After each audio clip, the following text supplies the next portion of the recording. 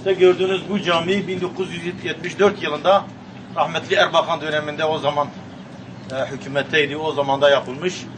Yıkılması lazım. Yıkılıp yeniden bir caminin inşa edilmesi lazım. Görüyorsunuz biz dinimize, diyanetimize bağlı insanlarız.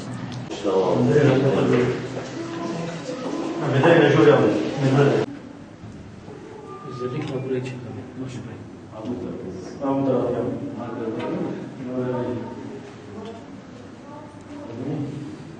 Bir de camimizin iç taraflarıdır.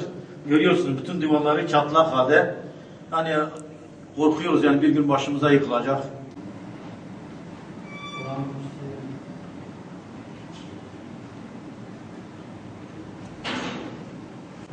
İmamın yeridir sözler.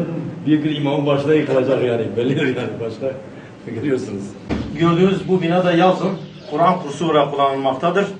Ve görüyorsunuz çocuklarımızı korkudan Kur'an kursuna dahi gönderecek durumda değiliz yani. Korkuyoruz yani çocukların başına yıkılacak diye. O yüzden gelen çocuklar da zor imkanlar altında eğitimlerini görmektedirler.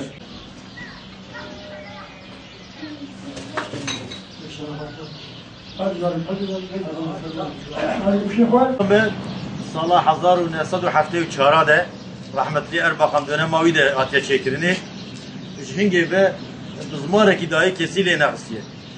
O tepsa yıkıp harabe bu avut biniş kat kamerada juveditiye tabi yıkıp harabeye em fazın yetkiliye me mera alakadar bin o bir an önce ve camiye me çekin günde me günde ki za fakire durmamam teb düşükün yani